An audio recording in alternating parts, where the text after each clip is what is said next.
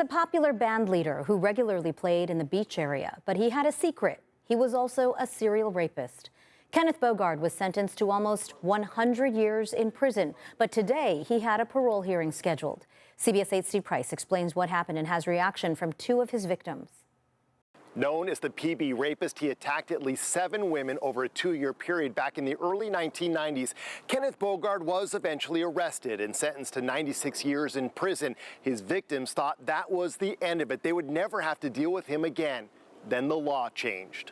You seriously raped the wrong woman, and you truly underestimated me. Kim Caldwell had the courage to be a public face in the fight for justice, vocally calling out authorities until they finally made the series of rapes a priority, leading to Bogard's arrest and conviction. He was in love. He thought we were on a date.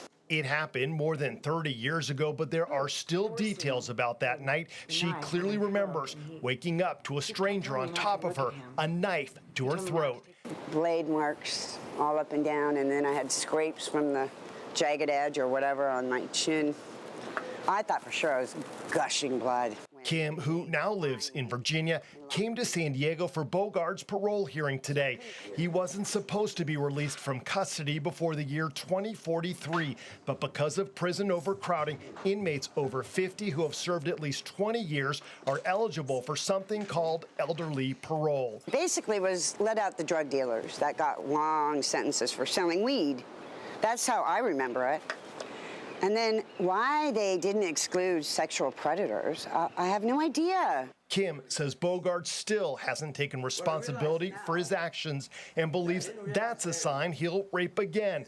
And she's not alone. I'm not concerned about me anymore. I'm more concerned about what might happen if he gets out. Helen Toma was victim number 2. It's the first time she's ever spoken on camera about the attack. She joined Kim at an Airbnb in Pacific Beach to testify at today's parole hearing. They wanted Bogard to see them at the beach while he's in prison. But just as it was about to get started, the hearing got postponed because Bogard's attorney called out sick. The thing that I'm glad about, though, is that I know he's definitely in jail for at least 4 to 6 more months. The women say it's hard to relive what they went through, but the pain is worth it to prevent others from experiencing what they went through. I will do everything in my power to stop that. Steve Price, CBS 8.